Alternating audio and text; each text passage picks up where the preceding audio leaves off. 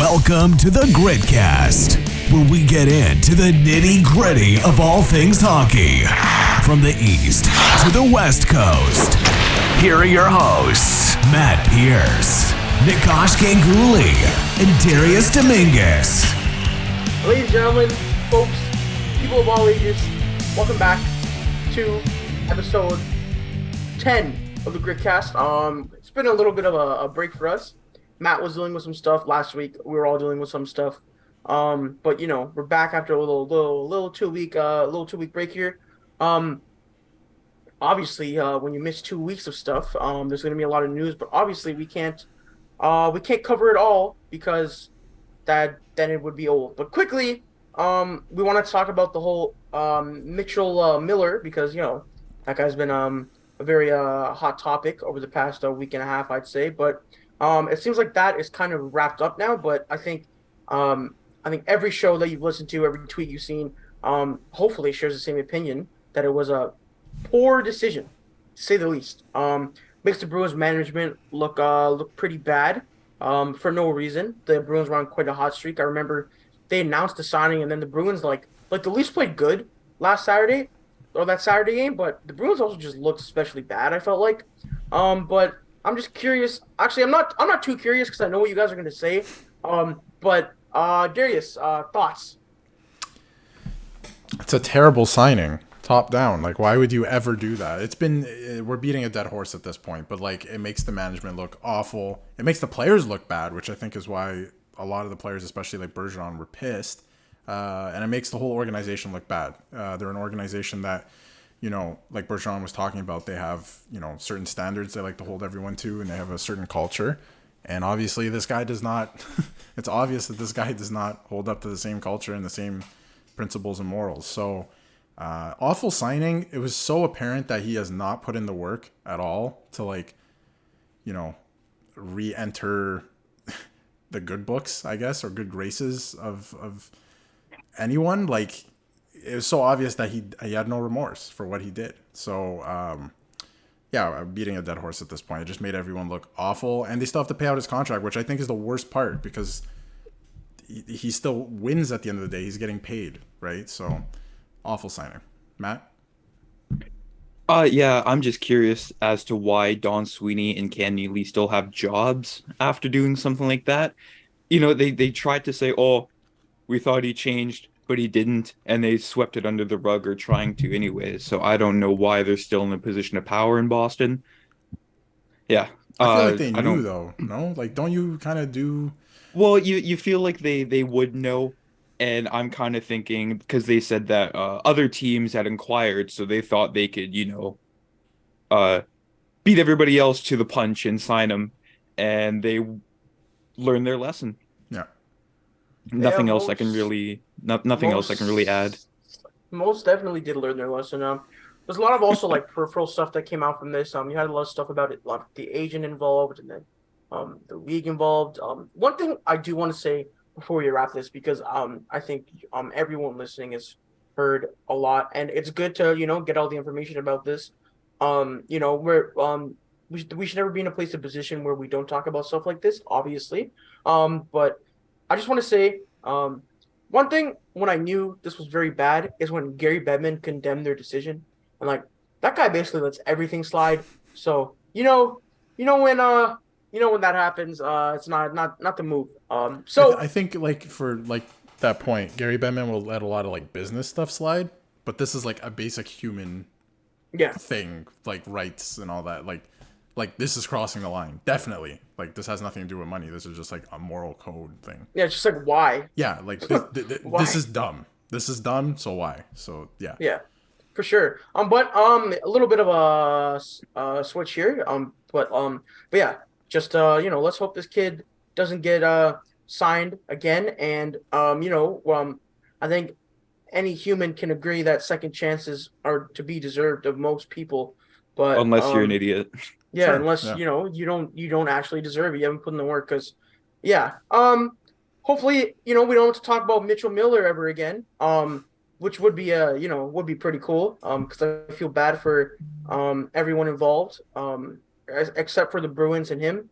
Everyone else is like, they what's I forgot Isaiah, who he did this horrible action to. Like, he has to hear about it. He put out that statement. It's all not very good. And yeah, I can't. It's a hard statement to read, honestly, because you're Yeah, like, this kid lived that yeah, for years, right? And like, what was he to do? So yeah, yeah. exactly. But let's do a little bit of a hard left turn here. We don't always want to start the podcast on a somber vibe, but that needed to be talked about, even though it's, I guess you could consider old news now. But some surprises going into the league. It's been pretty interesting. I always love when the season starts. There's always something that no one predicted that's going to happen.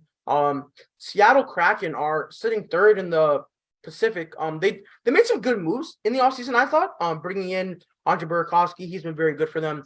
They brought in Olivier Bjorkstrand. I'm not sure how good he is doing over there, but they got him for basically nothing. And Martin Jones had a child, and he is, giving them what they need. I think it's like a 905 goalie, which is, league average nowadays. So it's been cool for them. They haven't had to deal with Phil Grubauer literally not saving anything, which is cool. And then I think Seattle is one of the most like spread out scoring teams in the league. Like, they don't have like that one guy, obviously. But like, Beniers is contributing, Yanni Gord is contributing, Jared McCann is contributing, Burakovsky's contributing. All these guys are like combined. I think that's what everyone thought Seattle was going to be like last year. A bunch of guys who, they're not going to be point per game, but maybe like 7 guys are going to have 60 points or something, which is more like they're doing this year. But Matt, what do you think of Seattle so far this year? I noticed you mentioned the Bjorkstrand signing. I thought that was one of the best, or not the signing, the trade. It was more or less Columbus to dump some cap for Line, and he's been hurt twice this year. So we can obviously see who won that trade. They're like you said, they're a fun team to watch. I watched their game against the Jets the other night where they debuted the reverse retros, which look fantastic. They're top 10 for me, and they're just a speedy, gritty team. They're fun to watch, and I'm kind of scared for when Edmonton faces them. Real. Darius? Yeah, I think Seattle is probably my biggest surprise of the season so far, I think. We'll get to the Devils, I'm sure, after. But Seattle, I thought, just based on what they did last year, and they didn't really make, like, I think you guys can agree, they didn't make any, like, wow moves over the, like you said, Bjorkstrand, but that's it. Like, I didn't see any, like, wow moves from them in the offseason. Martin Jones doesn't suck again after years of sucking and being awful in Philly, like, the worst. So they've been my surprise so far, and I think this year it looks more like what we thought they'd be last year. Even though I feel like those expectations were crazy because of what Vegas did, but definitely my surprise of the year. And I hope they make the playoffs. I hope they keep it going. Yeah, I think they'd definitely be a fun team. They have a lot of playoff guys like Yanni Gord. I feel like it'd be very fun to be back in the mix again. New Jersey Devils. Who could have predicted this? They're absolutely treading along. I think they have a 10-game win streak now. Which is I think they'll at least play them tonight. Actually. Yeah. Matt Murray's in net tonight, so we'll see how that goes. Mackenzie Blackwood is injured, so we'll probably get Vanacek, who's also been solid for them. I was talking about this with my friends on a show I do for school. It was like they got rid of Vanacek and Samsonov, and like they've both been very, very solid. Do what you want with that information. But yeah, it's cool to see the Devils finally put it all together. I think one thing that's underrated for them is their defense. You got guys like I think a lot of people were turned off by Dougie Hamilton last year, but I think I said he was gonna have a bounce back season on one of our shows last year. It was a new team. He was injured a lot. The Devils just weren't a good look at the end of the day. And this year, he's one of the top defensemen in the league. I know on The Athletic, like, he's putting up amazing numbers by the GSVA model. Jonas Siegenthaler, he's been really solid for them. John Marino, who they got for like Ty Smith, who I think is on Wilkes-Barre Scranton in the AHL for the Penguins now. Like, he's been sick. I always thought Marino was good as well. He had very good numbers in his rookie season. A little bit of a fall off after that, but he looks very good for them as well. And it looks like the forwards are also putting it together. I've always been a fan of Nico Hischier. He looks good. Jesper Bratt was an analytical darling for a while, and now he's finally got like last year he was I think he was like over point per game. This year he's doing the same thing, and Jack Hughes is just really good, and they don't even have Andre Palat right now, and like they're trucking along. So honestly, do you guys think they can maintain this pace? Like, I mean, maybe not 10-game winning streaks, but like make the playoffs probably. I kind of had Lindy Ruff as being one of the first coaches to be fired, and now it's making me look stupid because the style New Jersey plays, it's like a conservative fire wagon team. Like they can win games. They won 1-0 against Colorado, and they can have high scoring games. It's not like they play like too dangerous of a style, but it's just they're speedy, and it's almost weird to say that the New Jersey Devils are a speedy team because the whole stigma around them is that they're a very boring defensive team, but they're fun to watch, and I think they can maintain this pace. I think their start has really dictated the season for them, even if they start to sputter a little bit. Like, I think they'll definitely make the playoffs. Like, and they look really good. I thought they should have been better already a year, 2 years ago, but they just didn't pull it together at the end of last year. They looked awful. I can't remember exactly where I said they would fall at the beginning of the year, but I was thinking, on paper, they should be a lot better than they were last year. And finally, like Nick said, Hamilton's turned it around, right? Jack Hughes is here. We always knew he was going to be a good player, or should be a little bit better than a good player, but he's arrived. He sure is a great captain. Like, he's such he reminds me of Barkov in a way where it's like nobody really thinks of him, but he's there and he's producing, right? And he's a good captain. So a lot of good pieces. They have a really strong goaltending tandem now with Blackwood really coming into his own. Vanacek, like you said.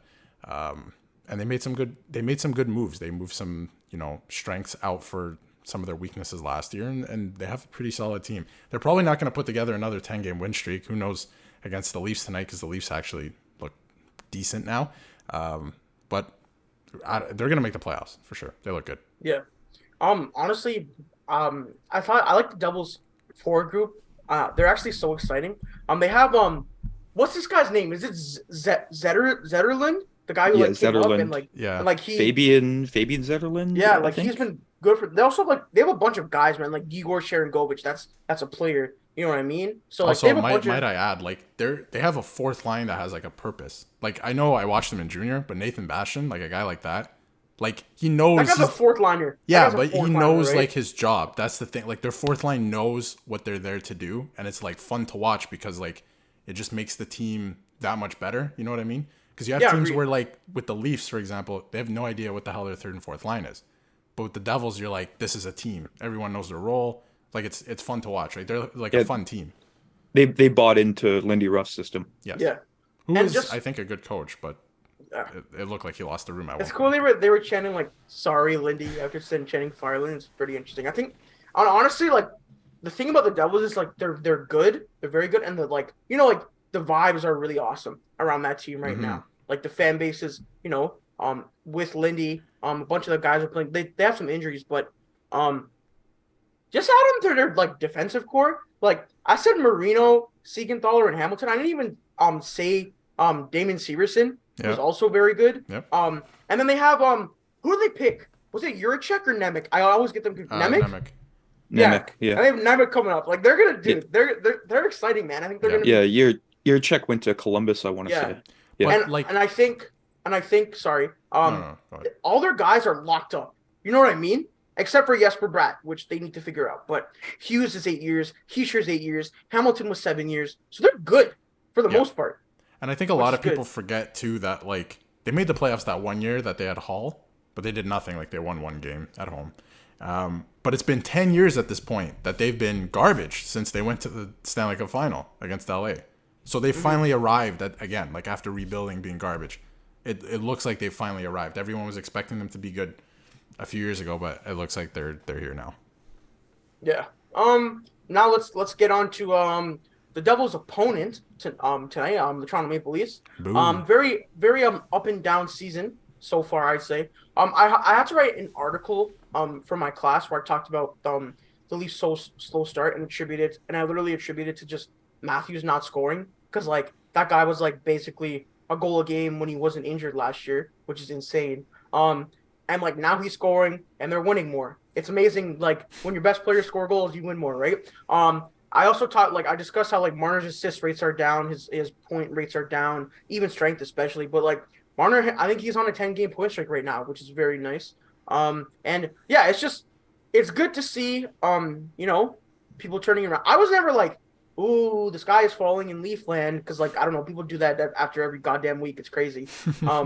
And I was never like a fire Keith guy, but I do have my trade Marner tweets out there. If you guys scroll through my Twitter profile, I will admit that. I will admit that you got me. But yeah, I'm just it's exciting, man. I think a lot of people are attributing the bottom six to like not having identity. I'm more giving it too many new bodies and too much shuffling around.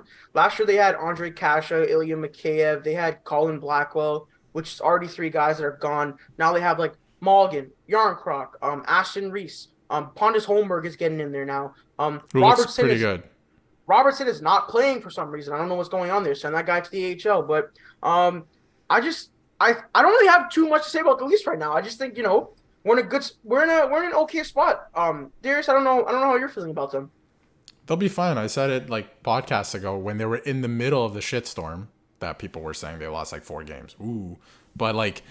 It was bad, actually. I was like, no, it didn't look good. It was pretty bad. Yeah, it was pretty bad. But anyway, like, when you come out of that and now you look at them now, it's kind of like, okay, we kind of saw this coming. They're going to be okay. And they're like 8th in the league or something. Like, come on. And they're like not even, I think they're just 2 games above 500 or something. It's stupid. But they're going to be fine. If not first in the Atlantic, because Boston is a wagon right now, they'll be second. They'll be up there. They'll be fine. They'll make the playoffs. They'll have a really good season. Maybe they'll break the record again. My only problem with this team is, again, I don't think they're built for the playoffs again. But they'll be fine in the regular season. Everything will be fine. They're going to lose games. The sky isn't falling every time they lose. You're going to lose games, but they'll be fine in the regular season. They're a good team. See, what impressed me about the Leafs is I was watching the game against the Pens, and the Pens got those 2 quick ones after the Leafs went up 3-0, and the Leafs didn't buckle. Like they kept in it, even though Pittsburgh was just laying it on them. And it was just impressive because if you saw that like a week or 2 ago, Pittsburgh would have tied that game and they might have won. So that's just an outsider's view. No, that's a good shout. And also, like, Matt Murray had a really good game. I'm happy for him. I want every Leaf player to succeed. It'd be weird if I didn't. Sorry, to go off the Matt Murray thing. There's people in the media already. And just people on Twitter in general, they're like, Matt Murray, I don't like the way he doesn't look good in net. Like, he's not looking good. He's played 2 games. And he's won one of them. Like, and the other one they lost off of it was Muzzin's fault in Montreal. So, like, what do you want from him, right? But yeah. I mean, he's played 2 games. Relax, let him play, let him settle in. It's a different team, stuff like that. And I don't even think he's looked that bad. Yeah, and I think we will get into more like the Leafs like headlines. I just wanted to quickly touch on their play just because we have some more stuff to go over here. The Calgary Flames, man. I think Huberdeau has been on like the 3rd line lately. Like that guy just signed an 8-year deal. And I think it starts next year, right? Yeah. It's 8-year deal. So this season plus 8 more of Huberdeau. I don't know. Did you guys? It's so weird because I never thought Johnny Gaudreau was going to work with like Daryl Sutter, because Daryl Sutter's always been a good coach, but he's more of like a boring coach. I feel like, but he's always been good at outchancing opponents, all that stuff, playing good defensively. But it's weird that Huberdeau hasn't really found a spot there. One of the best playmakers, or the best playmaker over the NHL. Okay, McDavid, but the second best playmaker in the NHL over the past like 3 years, based on like assists. And it's just weird he hasn't found a spot there. And also, I think you can attribute this to so much new stuff happening in Calgary. They lost Kachuk and Gaudreau, which were like a lot of their system, their first line, and they brought in Kadri. They brought in Huberdeau, obviously. So maybe they're still figuring that out. I think when you bring in like basically a new superstar to your team and get rid of an old one, a lot of growing pains have to happen. But Matt, because you're such a big Flames guy, what do you think of the Flames so far? I think it's just been like a lack of scoring, because Sutter's system kind of sacrifices away from the offensive part, where they're trying to focus too much on playing defense, and it ends up hurting them in the end. Like you said, Huberdeau coming back on the 3rd line.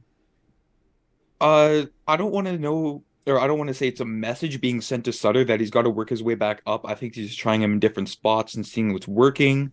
What kind of makes me laugh is Lucic and the trust Sutter has him along Lucic, where he's just a pile of bricks on skates.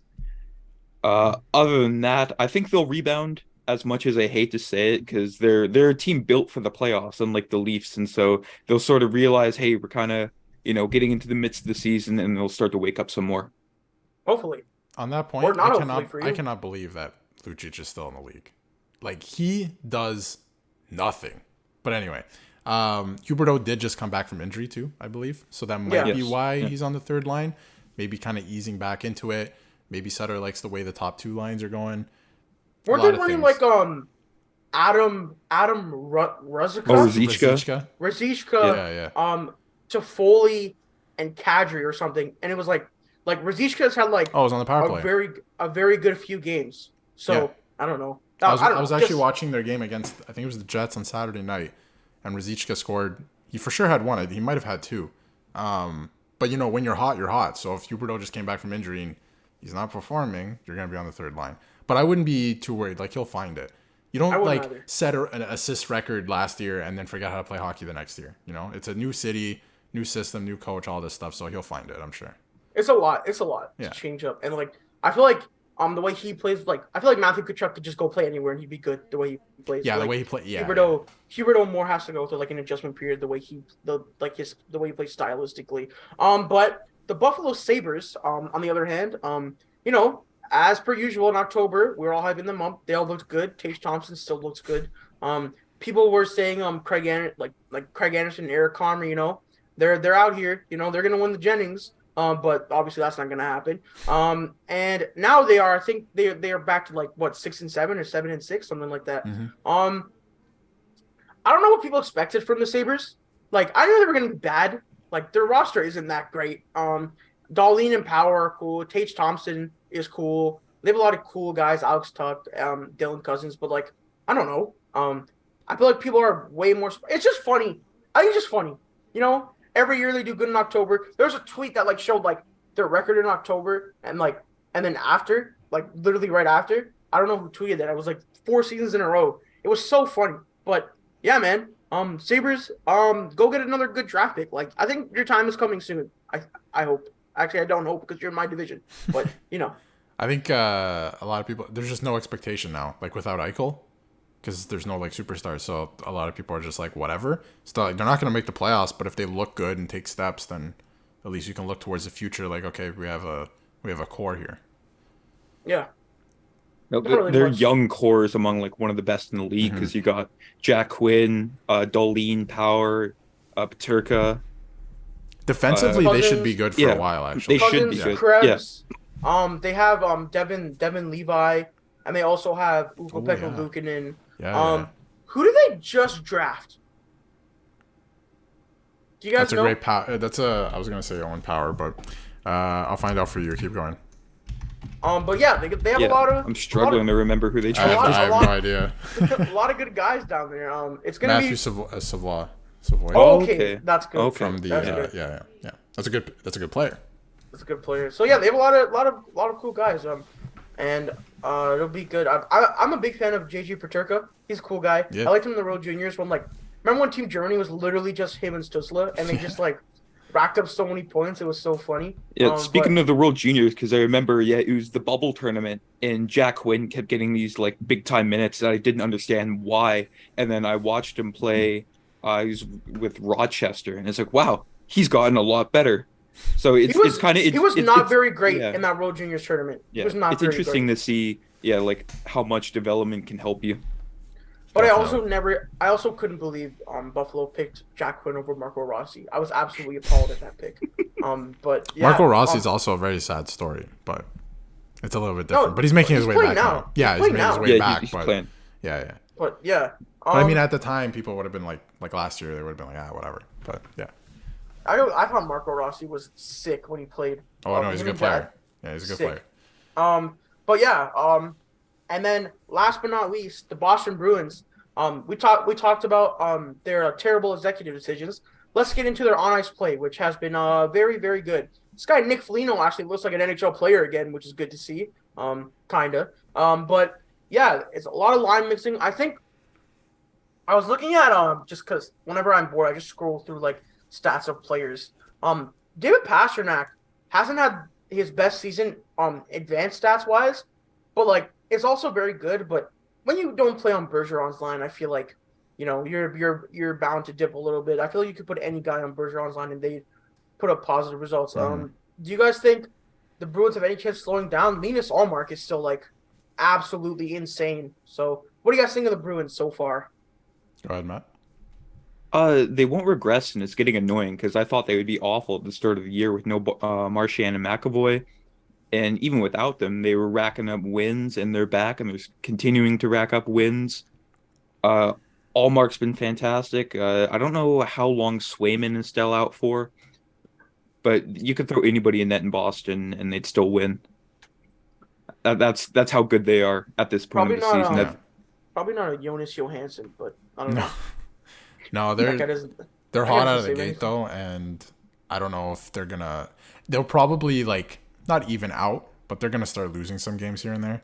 That's just how it works. Yeah, it's just the way the season goes, but they're gonna stay hot. Like their start has really helped them. Like I think if they just keep it rolling, like they could finish first in the Atlantic. The Leafs have some ground to make up, so their start has really helped them. But yeah, they'll definitely keep rolling. I just don't know if it'll be at like this ratio because they're like 13-2.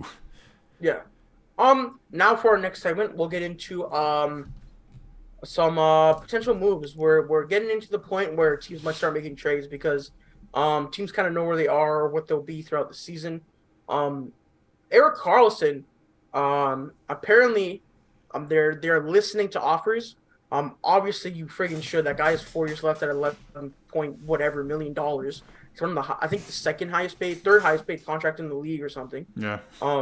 It's definitely up there. But I don't know about you guys. Unless it's like 50% retained, and maybe even at that, I think about it a little bit more. I've seen a lot of like Erik Karlsson. What's the word for it? Like the narrative around him. Like, of course, he's one of the best defensemen in the league right now, and he was very, very good last year. But like 4 years left, the guy's pretty old. He has a little bit of trouble skating and pivoting and doing a bunch of stuff. I'm not going to deny his skill level. Of course, he's still one of the most skilled defensemen in the league. But Matt, quick answer: would you trade for Erik Karlsson and 50% retained for the rest of his contract?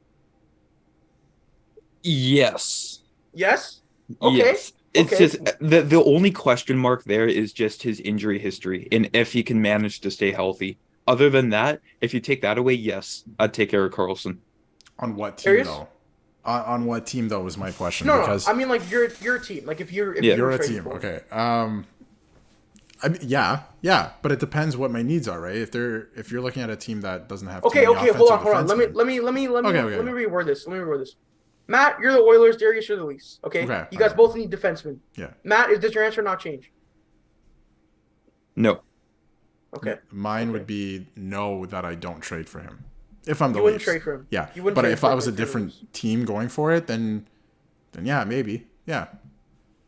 See, the only reason I would say yes is because we're theoretically in the middle of like a cup window, and you need guys that can elevate. And our current defensive depth, I'll get into that later, is not up to par. I know some Oilers fans are looking for like a stay-at-home defenseman. They're looking for a guy like Chychrun. But if Mike Greer went up to me and said, hey, 50% retain on Karlsson, I'd say yes. Okay, it's but not I feel bad. like It just depends what team. Is Karlsson inherently a negative asset now? Like just because of his contract and age? Because like Brent Burns didn't really fetch anything, and he was still really good. But they were just trying to cap dump him. I think that's different because right? It was during the summer, and they knew like the Sharks were just trying to dump him. So I think Carolina knew that. And obviously they're not going to give him anything. Now you see Karlsson's playing really well. You know who could actually use him? That, I don't know, maybe I'm crazy. The Islanders. He'd be sick there. Have some scoring from the back. Him and Dobson. Yeah, like something they imagine need. Like you have like him, then you have Dobson, then you have Pelican, like what Pulock. Like Pulock. Yeah. That's very. I think the Islanders could use. The Islanders have the space because they signed. Hold on. You guys want to hear? You guys want to hear a team that could really, really use him? Yeah. The Ottawa Senators. They could really use a guy like Erik Karlsson. That's tough. They could really use a guy like Erik Karlsson. If you're the Sens, do you take Karlsson 50%, I would. Yes. 100%. Yeah, because he's familiar with the situation in Ottawa. It's not like he's walking in not knowing what to expect. But here's the thing. He's got a no-move clause. So do you think he'd be willing to go to a Canadian Okay. team? Absolutely, yeah. Oh, probably not. Unless it's like Toronto or Edmonton. No, if it Toronto or was Edmonton, Ottawa, he'd I probably think go. he would go back. I think he would go back if it was Ottawa. See, that's trading, Northern California for, Yeah. Yeah, but I Southern think, Ontario. No, but I think with him is he's in the twilight of his career. Maybe it's time for him to go win a cup. He hasn't won a cup yet. So That's what I mean with like the Islanders, because now they look like pretty good. They're second in the Metro, I think. Yep. They could use a guy what like a that. weird division. I know. What a At weird 50% retained, you could use a guy like that, even if it's 4 years left. You got the Islanders are in that window. Look at their players, the ages. But yeah, I don't know really where he'd fit anywhere else. Like Ottawa doesn't even make sense because who does Ottawa have to give up to get him? And he's What do you like, mean? They have like the most loaded young guys in the that's league. what I mean feel though. Like, who are they willing to give up to get back Eric Carlson for no reason? Like they're not going for it this year. So, they have no defensemen. that's dude. right. Have you seen the They have stuff with Zaitsev, by the way? Yeah. Crazy. Probably like DM someone on Insane. Instagram was like, "Come fight me" or whatever. It's like, bro, that guy Because is. he thought that it was like a parody, kind of like Bruce Garriock from the one of the Ottawa papers, and he thought that it was the real Bruce. Okay, Nikita, let's relax, pal. Yeah, he's gonna Keyboard warrior. He's gonna enjoy Binghamton. I think that's where they play the AHL team. Belleville, I No, think. Belleville. Yeah, Belleville? Binghamton is. Belleville Bulls. I mean, Sens. Yeah. Binghamton Did they doesn't ever exist play? anymore. Binghamton doesn't have a team anymore. It turned into the 'Cause, yeah, Utica Comets. Yeah. Yeah, Okay. that's New Jersey's farm New team now. Jersey, yeah. Anyways, Wasn't Utica's farm team also the Canucks farm team at one point? Yeah, but now the Canucks And have the the Abbotsford Canucks. Yes. Dude, that is so funny, bro. Yeah. Have you guys seen Seattle's AHL team actually? Hold on. Aren't they like Coachella Valley, the Firebirds? That's pretty sick. That's pretty sick. But yeah, let's see who trades for Carlson. And then some other names we've heard. With Jake Muzzin being out basically the season, maybe his career might be over. The Leafs have a lot of cap space. They can make a move on a bunch of guys. I've heard them on Chikrin. Personally, I would love Jacob Chikrin on the team. He only makes $4.6 million, and that is very, very cheap in this NHL landscape. So I'd be personally excited for that. And you do also have to bring up the question about the Leafs needing a second line left winger, maybe some more forward depth, just another guy. They've been trying to put Kerfoot there for like 3 years, and I don't think it's ever worked once. So, we'll see. We'll see what Can I give quick thoughts on that actually? Sure, yeah. I think you have to move Kerfoot by end of year. I think you go out and get Bo Horvat and like make it work. I don't care. It's not my job. Put him on the wing. And put him on the wing. Yeah. Or put him at second. Put Tavares on left wing, bro. Yeah. okay. Yeah. Because Horvat's, I think, faster. I know Tavares the whole thing this summer he was working on foot speed. But Horvat's probably still faster. And then on D, like Chikrin's great. He's a good player. Salary's great. I think the question is Arizona just wants way too much for him. They do. They do. But here's the thing, and based on his play lately, would you trade Sandin for him? Like 1-for-1? Not 1-for-1, but like a few other assets. But would you include Sandin in there? In a Jacob Chikrin trade? You know what I mean? Maybe.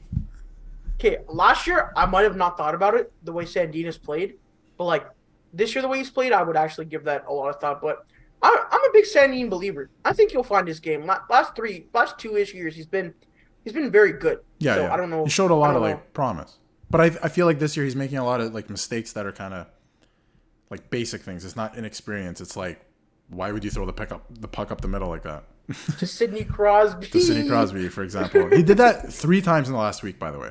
The exact same play. So, anyway. But yeah, it's honestly, I think about it, and I think Sandin would definitely have to be included in a Chikrin trade. I don't think the Leafs would trade a guy like Matthew Nyes because I think the Leafs have a lot of internal belief in a guy like Matthew Nyes.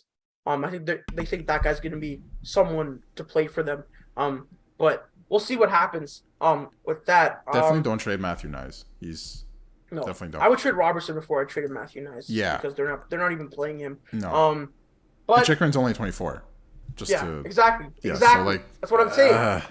it's a good trade, man. I don't That's know. what I'm saying. Anyway, And Chikrin when he plays is pretty good. But now let's get into some fun stuff I personally did over the last weekend. Was a pretty cool time for me. My friend Brady, these guys both know him, host of newly named host of Game Over Winnipeg with SDPN, which is pretty cool. Yeah, He flew very down exciting. he flew down from Winnipeg down here to Toronto. He actually there's a couch right beside me, which he stayed on for a few days. Pretty cool. I've known Brady for a while, great guy. But he was here. Then we all went to the Easter Seals Eric Lindros Celebrity Classic, which was a lot of fun. Steve Dangle, James Myrtle, Mikey Stevens, Ian Tulloch, a lot of cool guys there that I play NHL with every now and then. Good group of dudes. But that was a lot of fun, man. We had Ray Bork on our team, which is pretty sick. He told us a few cup stories in the locker room. That was pretty awesome. I got to talk to there's a bunch of guys there. I got the whole Legion of Doom to sign one of my sweaters, which was pretty sick. Wendell Clark was there. I talked to Brad May for a little bit. He was cool. And I talked to a lot of the rest of the SDP, Jesse Blake and Adam Wild. They were also there. So it was a lot of fun weekend. And then Saturday, I don't think I did anything. I saw Black Panther: Wakanda Forever. That was a damn good movie. That was pretty exciting. And then Sunday, me and my dad went to the Hockey Hall of Fame Classic, I think it's called. at Scotiabank Arena. Yeah. Oh no. So we went to that. Me and my dad went there. And then Brady also went, but he was sitting elsewhere because he got tickets in another place. And then I was talking to my dad. It was pretty funny. It was intermission, and I was like, my dad's like, okay, Nick, you can go sit with him. I'm probably gonna leave early. And I was like, damn, yep, that's fair. Because if I'm being honest with you guys, that was not very fun. It was quite boring if I'm being for real. It was cool to see Roberto Luongo play center. That was kind of interesting. And he scored in the shootout, and he scored a 5-on-5 goal, which is pretty nice. That was fun. But yeah, that was my weekend. I had a lot of fun with it, and that's pretty much it. Rachel Raiders, good group of guys. Amazing event they put on every year. I'm excited to go back next year, and it's a good time for sure. But we will switch gears to real quick. I went to on your point of the Hall of Fame game. I went to the one in 2014, and going into it, I was like, yeah, Sundin, Lindros. You forget they're old. Yeah, and then they get on the ice, and I'm like, they're slow. I was like, they suck. You paid for a professional beer league game. Yeah. I'm like, oh my god. They started playing, and I think it was Sundin. I was like, there's no way this guy's played in the last 4 years. There's no way he's even put on skates. Dude, Corey Schneider was in net. Yeah, that's right. I did see that. Isn't he still on a contract somewhere? Yeah, I think he is. Which is and Jason Spezza was playing. That guy played not even a year ago. Yeah. And it was but so not funny. Trying. They're not trying. It's because Spezza was very obviously better than everyone else. Yeah. But he didn't want to show it. He never took a shot. He would just he would D through 3 guys, have an open lane to shoot it, and just pass it across or something. Yeah. I'm like, I will say the Sedin twins are still very good. They're still very good. They looked really good. Their whole thing was hockey sense, right? And I don't think you'll ever lose that. Their foot speed, obviously they're older, but their whole thing was knowing where each other were and other players and where to be. So, yeah. I believe that. And they were never physical either too. No. So it's not like it took a toll on them. No, yeah. So. But yeah, classic event, Swedish things. Congrats to all the Hall of Fame class this year. I think this is the first year where all players who play in the NHL didn't win a cup who got inducted, which is kind of interesting. The Sedin twins, Alfredson, and Luongo never won a cup, and I think now they they're all won Olympic gold though, which is pretty interesting if you think about it. Yeah, because it's the Hockey Hall of Fame and not the NHL Hall of Fame. People get that confused. No, I just mean none of them won cups, but they all won Olympic gold. That's pretty interesting. What year did Alfredson win Olympic gold? 2006. Yeah. Yeah, with Sweden. Yeah. Okay. Cool. Same with the Sedins. Yeah. True. Real. Luongo has 2. No big deal.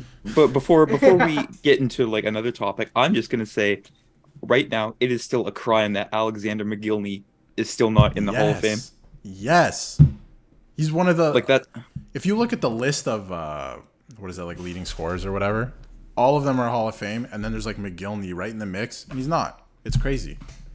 Is he still eligible? Yeah, he's still eligible. Yeah. Okay. But he's been for a while already. It's not like baseball where if you lose eligibility within like 10 years.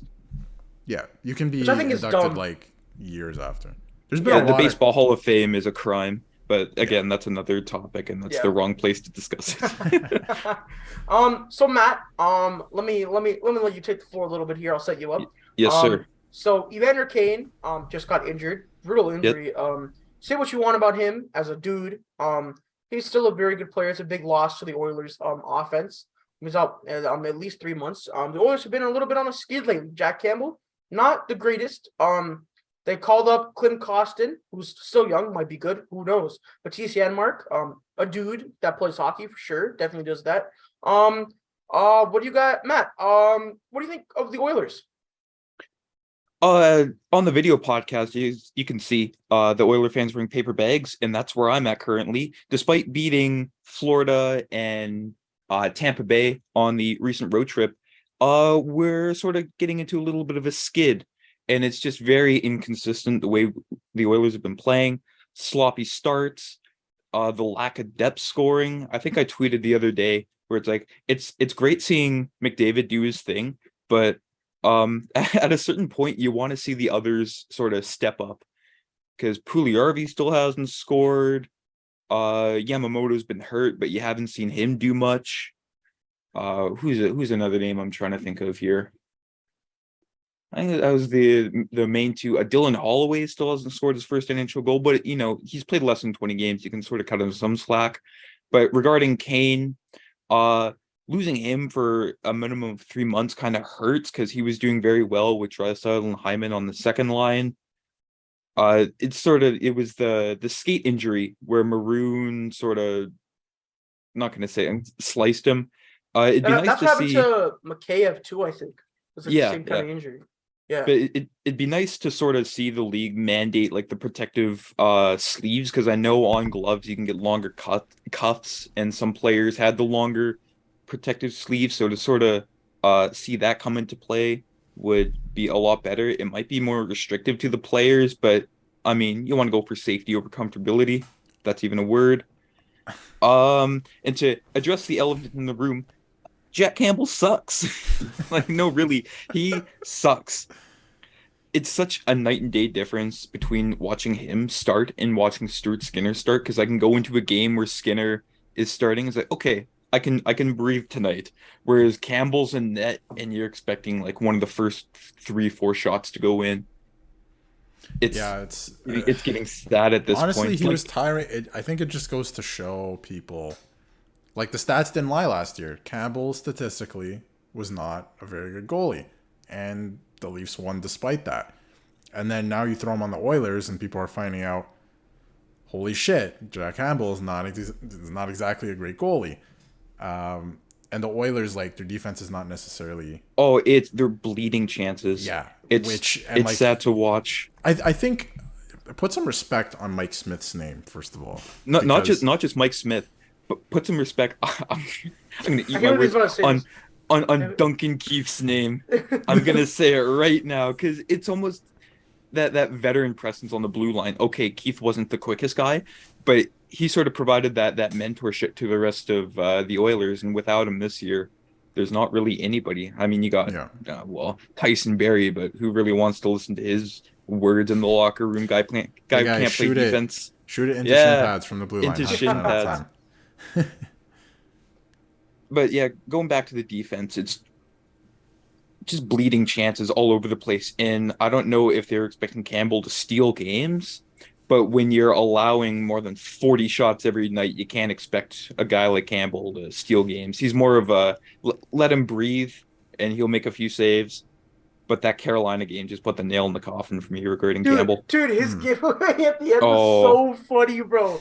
Oh my god, that was so good. That was so good. And it wasn't even that too. It was his interview after the Dallas game when he said he was pathetic. I was like, okay, let Skinner start for the foreseeable That's what he future. did in Toronto. He was doing that in that's where he Toronto, was. and I was like, my God, man, your goalie can't talk like this. The Like, first few times I was like, all right, he's taking the blame. I respect the accountability, but I'm like, bro, you can't say that after every goal. to say bro. I'm pathetic is like, maybe don't say that, because then the rest of it, like, what does the rest of the team think? Holy The shit, rest we of the can't team- play in front of this guy. Yeah, no, he is not confident whatsoever. No. And it's just when I see, Tyson Berry hop over the boards, it's like, oh, great. I'm gonna have a chance against. A chance against incoming. And it's just the rookie mistakes too, because I'm a big Marcus Niemelainen fan, but it was the game against New Jersey. He kept going for big hits when big hits weren't necessary, and it just kind of hurts everybody on That's the like ice. Matt 'cause- when we play Chell. Wow. I mean, No, I'm not it's gonna like say me you're when we wrong. played Shell. I'm not gonna say you're wrong, but Yeah, Oh, I'm just man. glad. I'm just glad we have Stuart Skinner, because if it was Campbell and insert name here, I'd be a little more concerned. Very 4 more big. years of Campbell, right? 4 more years. Yeah. Yeah. Although, like, if you, like, yeah, that situation sucks, but Skinner is a bright spot. He's come out and played well. So, at least you have that. And it's just the not starting on time part that I despise, because if you fall behind, then I think Draisaitl said it best, when you play from behind every night, it just gets tiring. Yeah. You're going to lose. But you also got to start the game on time, because I think they're playing like beach sounds in the locker room and everybody's falling asleep as the puck drops. Well, I actually have a way for the Oilers to get better. Like, I was actually thinking about this. Like, what if McDavid and Draisaitl just played better? You know what I mean? Like, if you like really think about Lead it, by like, example. like I feel like Draisaitl shouldn't be complaining because he's not putting in the effort to help them win games. That's right. We gotta start games on time. Why don't you start the game on time, huh? Like, I want to know I don't why understand. Draisaitl's being so pissy. Yeah, like I don't know if you can really blame a guy like Derek Ryan. Like it's not on him. It's not on him. It's not on a guy It's actually not on Derek Ryan, because he's been pretty solid. He's doing his job. I don't know if you can blame a guy like who else do they have over there? Warren Fogle. I don't know if you can blame a guy like that. Like at some point, your superstars need to step up, and that's right. what the Oilers really need. You That's can't what they count really on a need. guy like Ryan McLeod to be your breakout player of the year. Exactly, and I just think at some point when McDavid and Draisaitl are breaking all these records, paces, Just try harder. unbreakable records. Yeah. It's just like what Do they really better. got to do is contribute to winning hockey. Like that's the thing. Like people talk about McDavid being the best in the league, Draisaitl being second best in the league. I think at some point they got to win more games. So that's just my take on it. I think the You Oilers heard it should here really- first. I think the Oilers should maybe consider trading a guy like McDavid so they can win more games. Like at some point, you gotta pull the trigger there, right? So, we'll see what happens. I've heard from a lot of people in the know that McDavid just isn't happy with the situation there, and like he might request a trade. But he's McDavid got a heated leaves. driveway. Do you guys have those in Toronto? I mean, You probably. can I'm get not them that rich. installed. Hey, by the way, dumbest question ever to the guy who asked him if he shovels his driveway. First of all, even if he didn't have a heated driveway, Connor McDavid does not shovel his own driveway. Just saying. See, this is what I'm saying, bro. Maybe if he shoveled his driveway, they would win more games. This is he doesn't No have the work discipline. ethic. No work doesn't have the ethic. work ethic, No bro. discipline. Yeah. Doesn't like No, the cold. He always relies on Hyman or Puljujärvi to shovel his driveway. That's right. And Nick, Exactly. I was talking to you the other day where Puljujärvi, like, I love the guy with all my heart. He's such a good defensive player, but he does not know what to do when the puck's on his stick. He treats it like a grenade, and it's so frustrating to watch because in the Canadian It's- Division year, he had 21 goals. It's weird. Like he wasn't always like that. No, he wasn't. I don't You know know why. what? Confidence. Matt, I was gonna say that. Like that guy had a tough offseason, bro. Like they were basically talked about like not wanting him on the team for like 3 months, and now like he's back. I think that relationship needs to end. I think it's run its course, unfortunately. Yeah, like I don't want to ship him out of town, but it's all you see.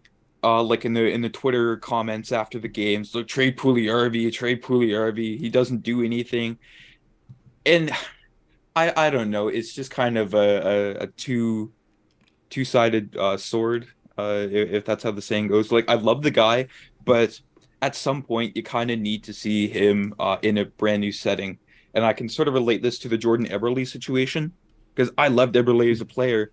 And in the offseason, you kind of needed to switch something up and use the wrong guy to trade. But he did a lot better on Long Island afterwards. And then they protected Matt Martin in favor of him. So, it's good to see how that ended.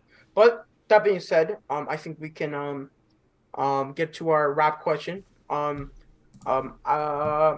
Darius, is Connor McDavid the most skilled hockey player ever? Yes. Yeah. Just watching him, like, he's not going to hold any records because Gretzky's just that stupid. And even if Ovi beats him for the goals thing, look at total points. Ovi's not even close. But like, based on skill and how they play the game, there's nobody's ever been better than Connor McDavid. The way he can shoot, skate, pivot on the fly, the way he leads by example, like when they need a goal, he just goes and does it. Nobody's ever been better, and I don't know if we'll ever see somebody as good at that as that. Like, I don't even know how he's that good. Like, it's crazy. Like, the shit he does is insane. So, definitely the most skilled hockey player of all time. 100%. Matt, I wonder what you're going to say. Personality-wise, he's among the worst players of all time, but skill-wise, yes, I would say he's the best. It's just his decision-making in real time. It's not even like in warm-ups or practice, but like during a game. Like the goal against the Rangers, the one against the Jets, or even it was against the Blues where he juggled the puck in midair. Yeah. Didn't score, but he still, like, just during a game, you don't see that often unless it's in a, like, I don't know, like a junior A game when one guy's obviously better than the rest of them. But he had one against Washington this year too. That was like stupid, like a couple weeks ago. Oh yeah, week. 4-on-4. Yeah. And crazy. I think with McDavid, his biggest thing is nobody has ever been as fast and as skilled. Like, there's maybe people that have been as skilled but not as fast, or as fast and not as skilled.